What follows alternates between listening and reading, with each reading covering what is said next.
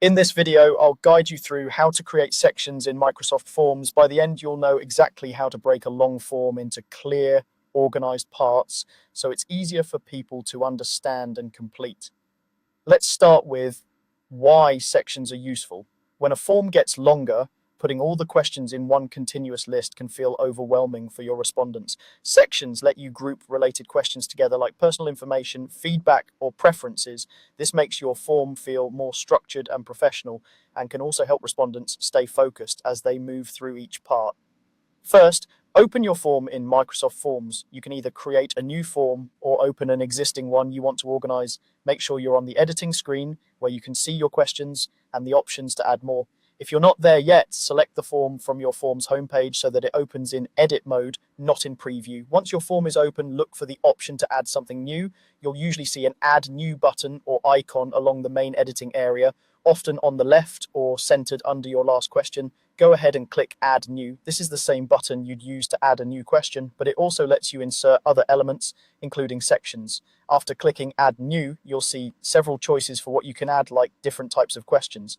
Among these options, look for the one labeled section. It might appear alongside the question types, or you may need to expand more options if they're not all visible right away. Select section. This tells Microsoft Forms that instead of adding another question, you want to add a new part of the form to group questions under. When you choose section, a new section block appears in your form. This block includes a space for a title and a description. Click into the section title area first and type a clear, simple name that describes what this part of the form is about. For example, you might use titles like contact details, survey questions, or course evaluation. The title is what respondents will see as they move from one part of the form to the next, so make it meaningful and easy to understand at a glance.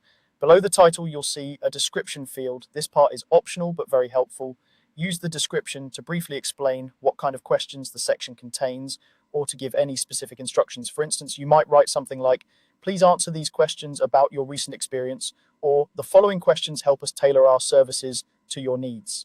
Keeping this explanation short and direct helps respondents know what to expect before they move on. Now that your section is created and labeled, it's time to add questions under that section, just like you normally would. Click Add New while your cursor is within that section area. Any new questions you add will appear inside this section and stay grouped there.